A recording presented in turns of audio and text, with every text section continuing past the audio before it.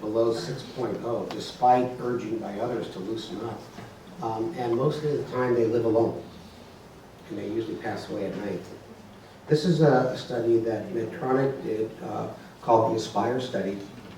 This is a study in Europe where there was a pump CGM, and if you didn't respond to the low alert, then your pump would turn off for 2 hours. So here's the blood sugar in the patients that were on it, and you can see that right here, these are the folks where it did not turn off for 2 hours, and here's the folks that did turn off for 2 hours. So it did help a little bit. It's the first crude step in developing an artificial pancreas. This is sort of what we should be shooting for. You know, as your blood sugars drop, you know, insulin turns off, glucagon goes on, and then as your blood sugars go up, insulin goes up, and hopefully amylin in some of these pumps, and glucagon turns off. So I think that's the goal. And the JDRF is funding a lot of research in the artificial pancreas, the Helmsley Trust.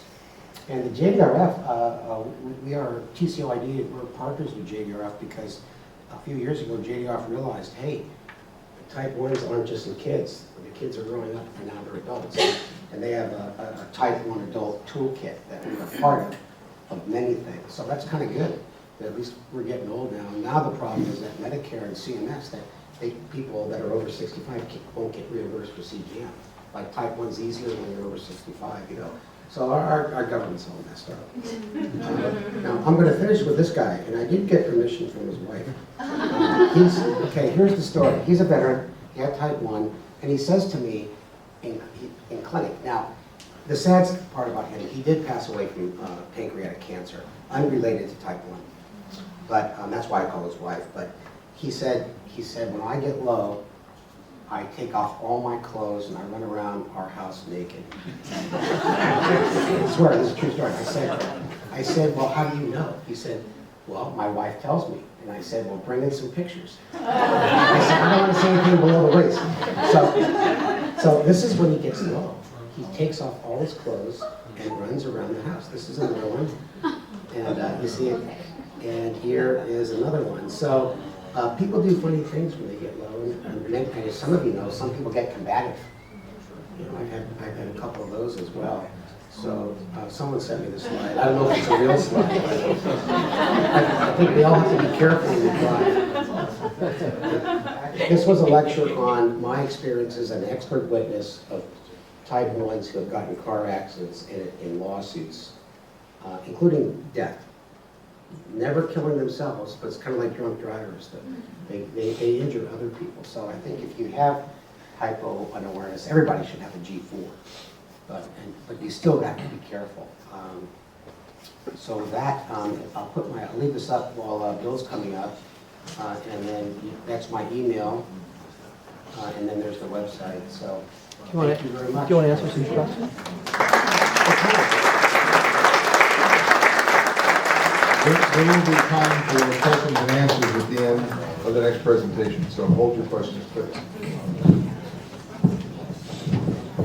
Dr. Edelman, thank you very much.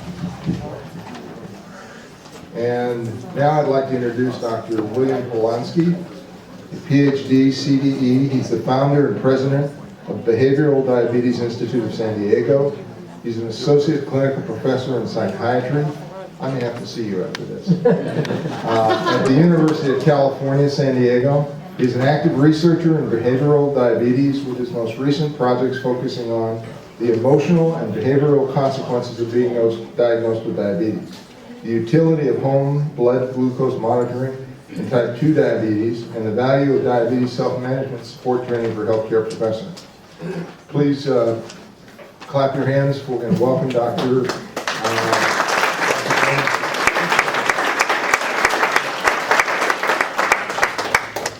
Thank you. As you heard, my name is Bill Polanski. I am a diabetes psychologist, and that's all I've done for the past 25 years or so, is worry about sort of the emotional, psychological issues with diabetes. It's been a special interest of mine, this issue about hypoglycemic unawareness and hypoglycemic fear. We've done a lot of research on it in the past. So I spend my time as a researcher. I spend my time as a clinician. I founded a small nonprofit in San Diego called the Behavioral Diabetes Institute. That's what Steve was referring to when we saw BDI. Even though I'm a psychologist, I'm aware that as I was listening to Dr. Marcus and Dr. Edelman, kind of psychologists enough, aren't they? So I'm going to just sort of follow in their footsteps. And I'm going to bring up some things that I might surprise some of you, and I'm going to do my best to involve both of them as well. So we'll be asking them questions. By the way, I saw how many of you raised your hand when you said you had type 1 diabetes. How many of you here don't have type 1 diabetes, but you're here because you care about someone who does? Okay, well good, some of you are voting twice, I love that. How many of you are here primarily because you're healthcare professionals? Okay, well welcome, hi, nice to see you. So I brought a couple special slides for you, to really annoy everybody else. Okay, so I'm going to stand over here if you don't mind. So, let me start with something you all know, that when we think about type 1 diabetes, as you've noticed, it is quite a balancing act. You don't want to be too high or too low. And yet it requires quite a profound amount of vigilance every single day. There's stuff you got to do, there's decisions you got to make, and it's easy to fall one way or the other. This is ongoing. It's something that most people with diabetes, of course, can never know and don't appreciate, that this is work, and it can be a little aggravating. And I want to start with something that has bothered me forever. We should not be calling this hypoglycemic unawareness. There is almost no one, and Steve will interrupt me if I'm wrong, but he doesn't have a microphone, but he might, there's almost no one who has no awareness of hypoglycemic symptoms or cues at all. They may be very subtle, they may go unnoticed, but most people, the problem is that we're seeing profound reduced awareness. Now, it sounds like why would I bother trying to make that differentiation? It's because when we talk about what to do, there's ways in which we can make use of those subtle hypoglycemic symptoms to help if you're having unawareness. So I'm going to be using this term, this long term, reduced hypoglycemic awareness a lot, because I really don't think it is unawareness that we're dealing with. It's very rare. So I have no idea why I have this slide here. I just like this idea. And it was to prompt me to say something about who knows. I'm as confused as he is. So when we think about, this is probably why, when we think about this problem of awareness, you heard Steve really highlight one of the four major different problems this can lead to. We have people who do have, the major thing is they do have much, much reduced awareness of their hypoglycemic symptoms, but we also have some other interesting categories of people. These are folks I've met over the years in the programs we've done, clinical programs, research programs. Like in the second bullet point, we meet lots of people who, in fact, as it turns out, even though they're having lots of trouble with lows, and initially will say, I don't really feel my lows, really the problem is they're just confused. They're having lots of symptoms of lows, but they're not aware of what on earth they are. And often, actually, that's linked to a significant problem with anxiety. So they might be having symptoms of anxiety. They might be having, oh, my heart's palpitating. Yes, sir? I'm just thinking about those 2 points there. That, together, when they experience it, it's, I don't know about ignore, but it's they fail to assign it a high enough priority or significance and dismiss it. Well, you're ahead of me, but yes, I think you're right. But I'm still the bullet point ahead of you. But you're reading too fast. It's my fault. I should be animating my slides. But to say the confused point for a moment, that again, many people have symptoms, and this is actually a problem called a hypoglycemic fear syndrome, often of anxiety, but they're not recognized as anxiety symptoms. And so they end up sort of often panicking too much because they're saying, oh, I think I might be having a low. Really, they're having an anxious symptom. And actually, physiologically, that makes sense, because you heard what Steve said, when you're having a hypoglycemic event, the first thing that happens is you're having adrenal symptoms. You're having adrenal gland symptoms, which are very similar to what you would have if you have an anxiety attack. So it's easy to begin to confuse these things. Now there's another group, and this comes to your point, where in fact they're not having hypoglycemic unawareness or reduced awareness problems at all, but they've unfortunately gotten pretty good at putting off, as you would say, or ignoring their cues. And so even people who were referred to me, and oftentimes these are people who have just lost their license to the DMV because they had quote-unquote reduced hypoglycemic awareness, actually what's happened is they've fallen into this other category where they're getting behind the wheel to drive home. They can tell they're getting low, but they're going, you know, it's not that far to my house. I think I can tough this one out. I'm sure I'm going to be fine. And so this sort of funny idea that at what point do you decide that, no, I really need to take action, becomes too mushy. And so it's the ignoring of symptoms. And then somewhat separately, but of course it's the thing we worry about most, the last bullet point, is when you have reduced awareness at night. And this is really when we're seeing the most scary things happen. So these all kind of blend to some degree, but if we think of them as separate things, it's going to be a little easier to figure out what we can do about it. So here's my one somewhat complicated slide, but as we think about people who are in fact have significant reduced hypoglycemic awareness, it turns out that they cope with that in 3 major different ways. And I'm going to come over here. I'm sorry I'll leave you guys all alone over here. But they may be have no fear at all about hypoglycemia, even though they're having a lot of problems and they're not experiencing, their symptoms are so reduced, or they may be terrified. And they may actually, as we talked about in the group that Steve talked about, they could have a very low A1C, again 6% or lower, or they could actually have a very high A1C. And we end up with these 3 groups. So we tend a lot of people who are very scared of low blood sugars and how they've dealt with that, and all of these are actually relatively rational, how they've dealt with that is saying, well, you know what, I'm never going to get low again. So they just keep their blood sugars as high as possible. This is sort of like our traditional, what we call the hypoglycemic fear syndrome. So these are folks who might have A1Cs way higher than we would ever wish for them, and they're really putting themselves in danger, but they're so frightened about lows, they'll do anything to avoid them. We actually meet a lot of people in this category down here who are very frightened about lows, but they're toughing it out, so they're fearful and vigilant. So they're miserable because they're not feeling their lows very well. They're very frightened about lows, but they're still keeping their A1Cs down. But these are folks who we meet who are checking 20, 25 times a day and have a CGM. And I remember the first time I met someone like that, he said, it's hard for me to believe that I feel like I should be able to water my plant. I should be able to drink a glass of water and just go like this and the water would come out of my fingertips and be able to water my plants at home, but it never seemed to work. Now the group that Steve was focusing on is this group really over here. We've given them many names. We don't know what the heck to call them. I just labeled them here the unreasonably fearless. So again, these are people who having trouble feeling their lows, but they keep their A1Cs low, and they think they have no problem at all. So one of our colleagues like to call them hypo junkies, or one of my colleagues also likes to call them people who are fearful about hyperglycemia, like the one case that Steve mentioned, the fellow I've met a couple times. We're very, very frightened about those. Like that gentleman, if he gets a blood sugar of 150, he's terrified. He says, well, that's my eyesight. Okay? So, and again, this comes from the way that so many folks, maybe some of you, first learned about diabetes. The sense that you've got to keep it as low as possible, and however low your blood sugars are, however low your A1C is, it probably should be lower. This belief that there's a linear relationship between keeping your blood sugars low and how safe you are from complications. Now that's not true. It's not a linear relationship, but that's how people get into this difficult position.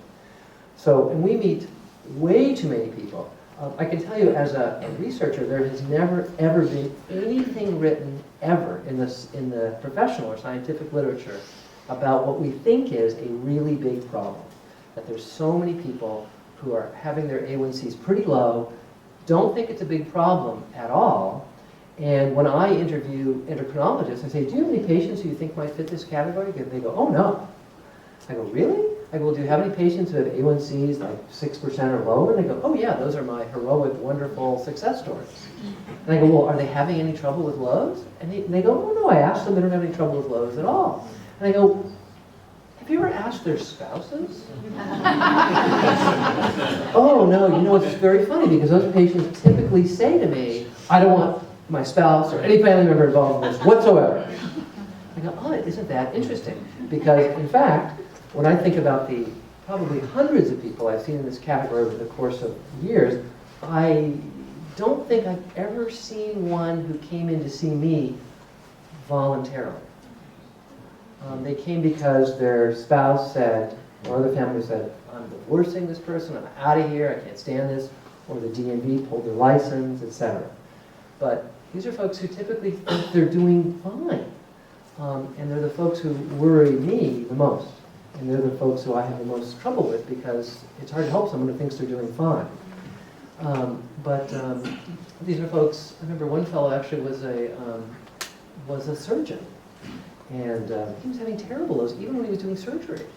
And I'd say, don't you think this is a concern? And he'd go, oh no, my nurses have this all figured out. And they can kind of see my eyes getting a little glazed. And they just pop candy in my mouth and it all works out fine. But, so again, it's this sort of sense that everything's okay, and it's oddly enough the problem. So we can talk more about these three, but these are sort of the major categories. Yes, ma'am? The kind of tenor I'm getting from both you and Dr. Edelman is that it's the people that are low, keeping their blood sugars low, that are causing these issues. From my reading, what I'm reading online, is it's the variability that's causing a lot of the problems. So if you run really high and you drop very low, you can have more hypos. And that there are some people, kind of the law of low averages where you want to kind of keep yourself steady, then you'll have less lows. Are you seeing that at all? So the question is, and I'm going to, where did Edelman go? Did he vanish on me? No. Yeah, he's hiding. He's just chatting. He doesn't care. But, again, but it depends what outcome we're talking about. You mean people who are more likely to lose their ability to feel their lows or have reduced awareness? Yeah, because it's just my kind of observation of my daughter. When she runs like this, it might be a lower number, but she doesn't have lows. She only has the lows when she has the super highs. Well, Steve, I don't know what you say that. I'd say the biggest issue we have is, we know that if people are maintaining their blood sugars fairly high for a while, and then when they bring their blood sugars down into a normal range, even for a day or for an hour or two, then they start, I'm having a low, because their body's gotten so used to be elevated. They didn't have blood sugar in the normal range, feel so uncomfortable, and they begin to have these early hypoglycemic symptoms. But I've never heard that linked to reduced awareness. Have you, Steve? No. Yeah. So I don't know. But I think that, to go back, I keep hearing that the theme is if you're aiming for 6, if you're aiming for a steady 6, right, or aiming for a steady 6.5, my understanding is that makes you less at risk. For low blood sugars? For low blood sugars. I can't tell you how. And for the hypoglycemic unawareness stuff. If you're Let me repeat what you're saying for those who can't hear you. Because we're saying if you keep your blood sugars lower, or your A1C say down to 6.5% or lower, or aim for 6.5 to 7 or whatever. Hearing the athletes and everything that would put you less at risk for hypoglycemia. I would say no, but what do you say? A steady state, not a lot of insulin coming into the body. Right, so you're saying less variability, therefore might mean less problems with And less hypoglycemic insulin, because reduced I don't know awareness. how much insulin is going in the pumps in these situations. Comments, Luke? I don't think I heard the whole thing, but I think it really depends on the variability. But Well, that's what she's saying, so what? in general, yeah, the lower the A1C, the higher you are at risk if you just take all comers. But if you have a CGM and you somehow know how to dose and eat and do all the right stuff to keep your blood sugar swinging around, and you don't have to correct your blood sugar a lot, even if your A1C is 6.5, you might have a lower risk than someone who's 7 who's bouncing around. So it really depends. So that's, okay. Almost by definition, that would make sense, because if you're steady, then you're simply not dropping. You're not going to have hypoglycemia. That's pretty hard to do if you're a type 1. Really? Unless you just sit around all day and do nothing. Yeah. Actually get boring. My blood sugar is the best when I don't eat. Yeah. That's why I don't get bored sometimes. I'm getting ready to hand you this microphone, so I want you to chime in more. By the way, this is something I might as well hand him the microphone because he's about to disagree with me about this. But how common is it for people to have this problem with reduced awareness anyway? And there's actually been remarkably few studies about this, but there's been a little. And the best data suggests that if we look at adults with type 1 diabetes, it's about 20% of the population. Now, this was not everybody. Again, these are adults.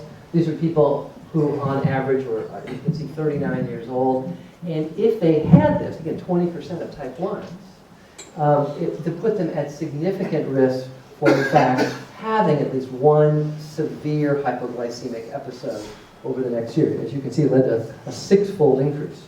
And by definition, by the way, a severe hypoglycemic episode simply means that your blood sugar is so low that you need help from somebody else to get out of it.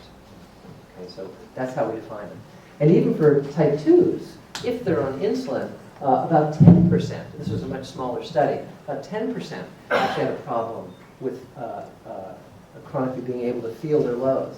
And when that happens, for type 2s on insulin, there's an enormously increased risk for severe hypoglycemia. And it seems to be even worse in older patients, at least in the type 2 population.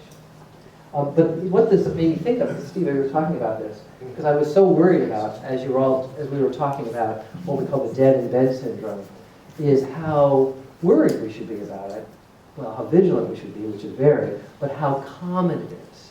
And I remember Steve and I were talking about it with someone one day, and I said, look, you have to understand, as far as we know, and we don't really know, this actually isn't very common. It's not like folks with type 1 diabetes are going down and dying every day. It's not that common.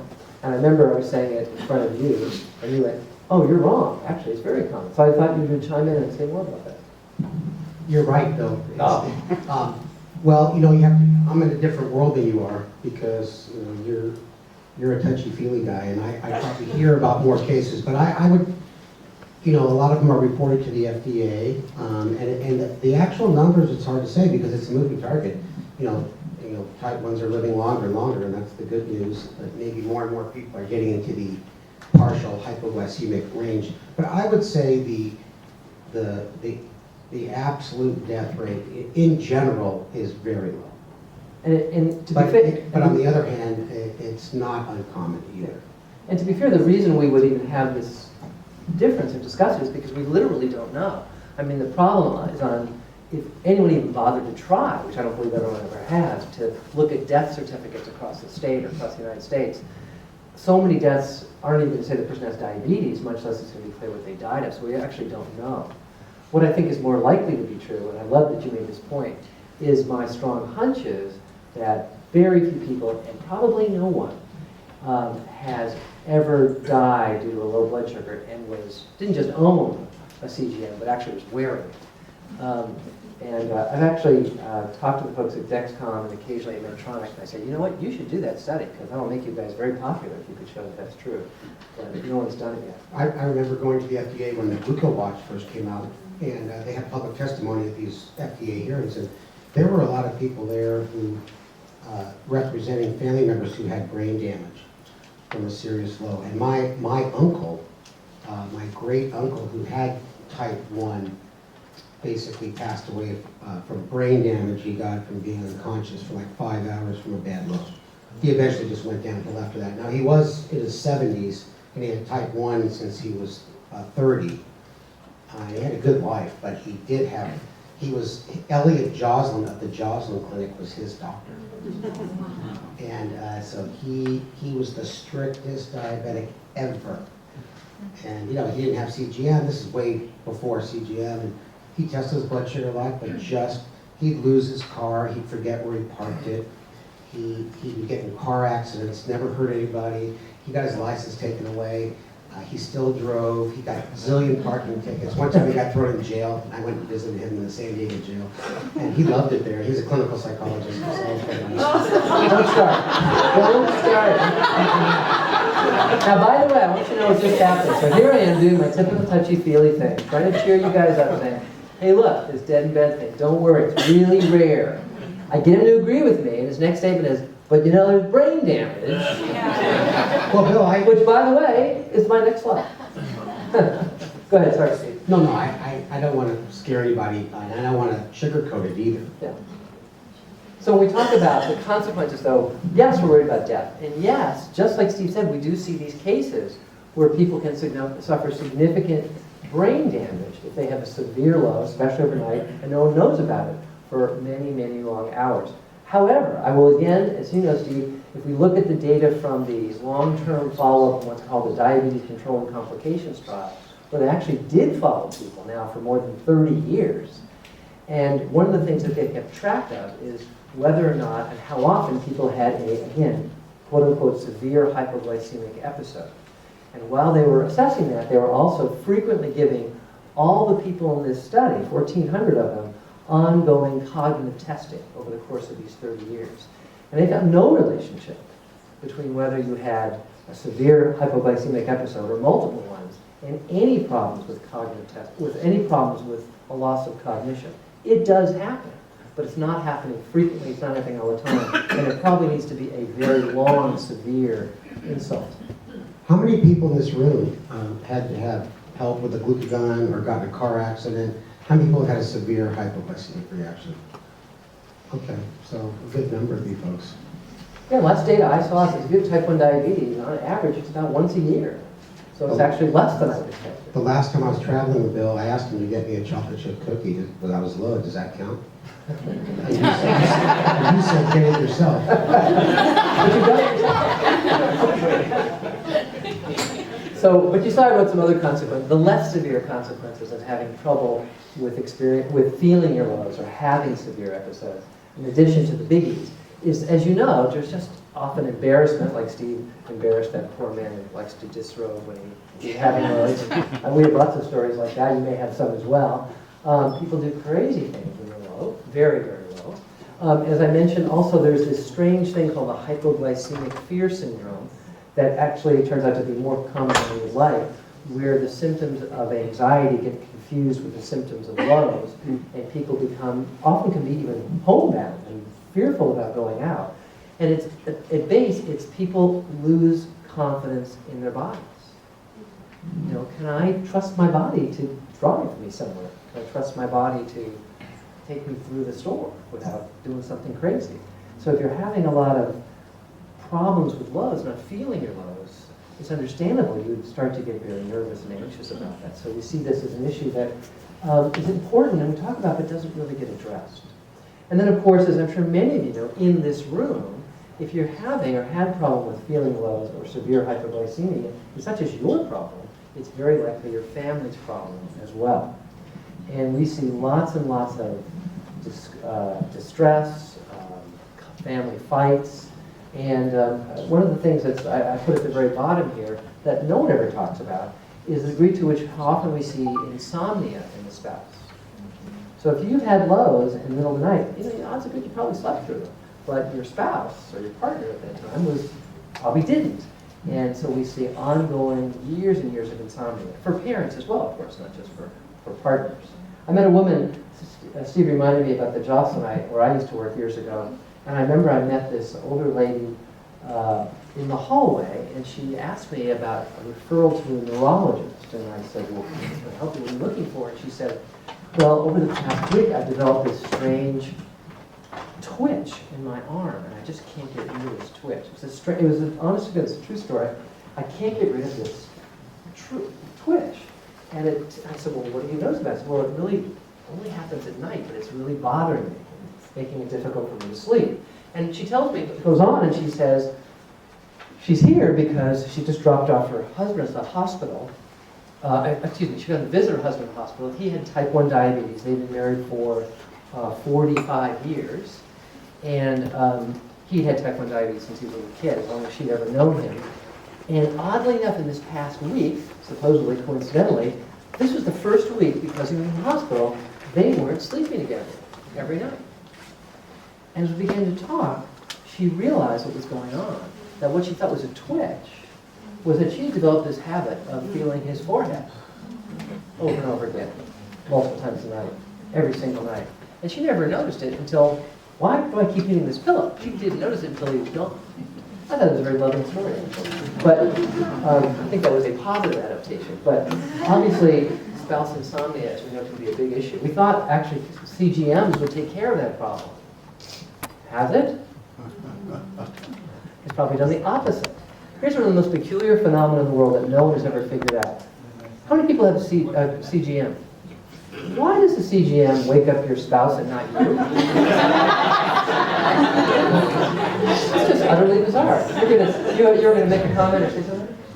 Are you, speaking of insomnia, are you guys going to address, like, I've had a few surgeries, post-surgical narcotics, Vicodin, Lunesta for insomnia.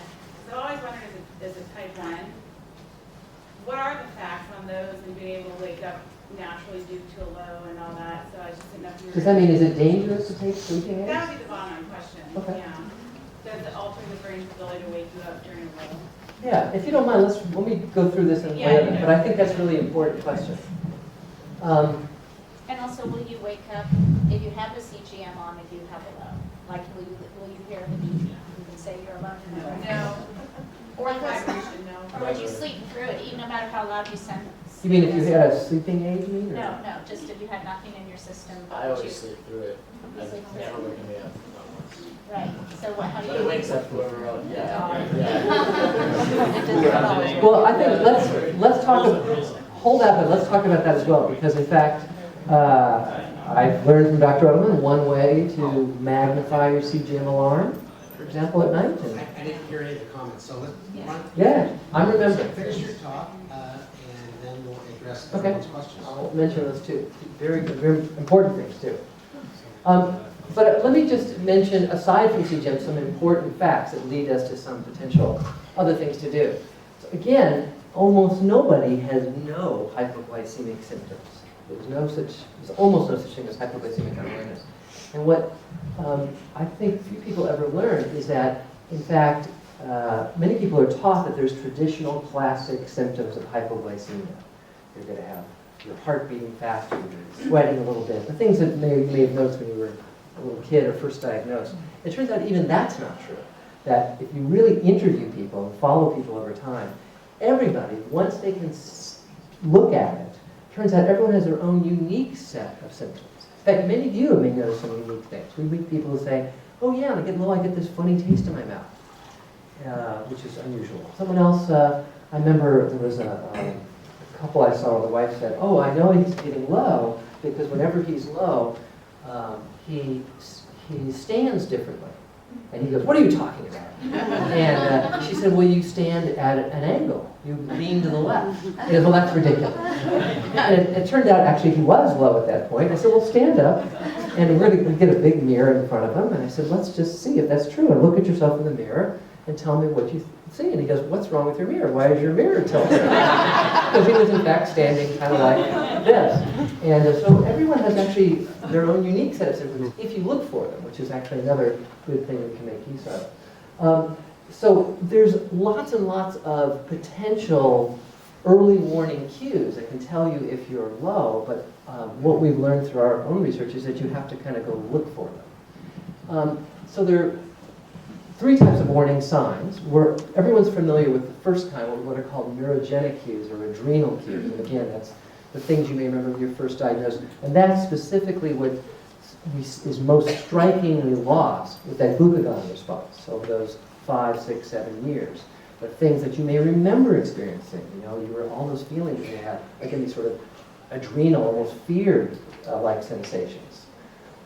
But most people, even though it can be reduced, retain the other two, at least to some extent, what we call neuroglycopenic cues. In fact, if you really want to impress your friends, remember the term neuroglycopenic cues.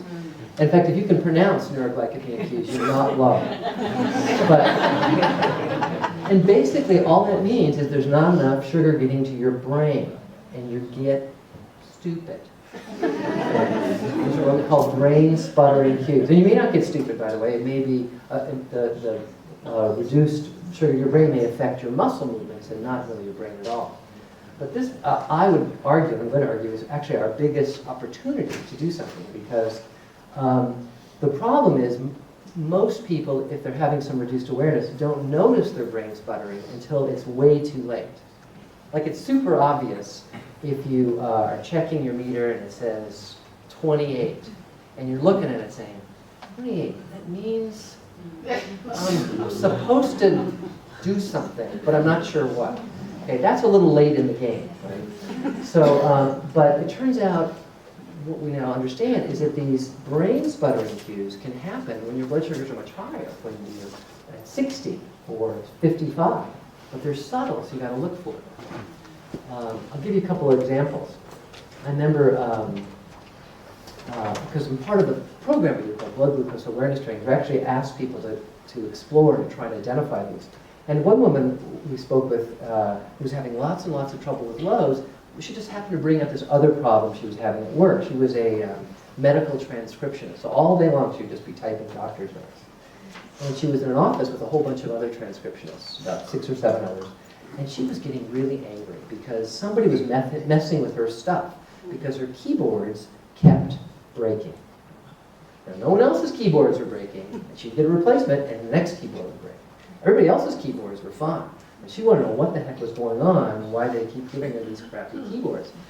And what we learned is that as she would begin to have lows, and really just dropping even into the 50s, where if you asked her, she would tell you she felt fine, she was starting to get a little stupid. But, like so many smart people, she would automatically compensate, meaning she'd concentrate harder. So she'd lean forward, look at her screen a little more, squint her eyes, and type harder. And she was breaking her keyboards and didn't even know it. And those were sort of the important, somewhat subtle cues she could use to begin to catch herself before she got too low. So neuroglycopenia cues are really important. And I suspect many of you have noticed, even though you think you have no hypoglycemic symptoms at all, some mood changes. And I don't know why this is true, but I never ever meet anyone who's having trouble with lows who gets oddly happy. And it probably exists, but most people don't get unpleasant. We'll talk about that. There's one particular way you may get unpleasant that we should mention. But neuroglycopenia, you're getting a little low and you just feel like something's wrong, you should probably just do something, you can't get up, and thanks, Steve, for that picture of you, I really appreciate that. It's not, something's not right. So the last fact, though, about this, before we talk about what to do, is that the other problem is many times the confused people, rely on the wrong cues. Like we meet people all the time say, I can tell when I'm low because I get hungry. Or I can tell when I'm low because I'm getting tired. And so we've done studies where we ask people to keep track of, on a 0 to 10 scale, how hungry you are, a 0 to 10 scale, how tired you are, all day, while they're checking their blood sugars or using CGM. And what most people discover when they come back is they'll say, you know what, I'm tired all the time. Or I'm actually hungry a lot. So it turns out these kind of fool people, and they wait for these cues, or they depend on them,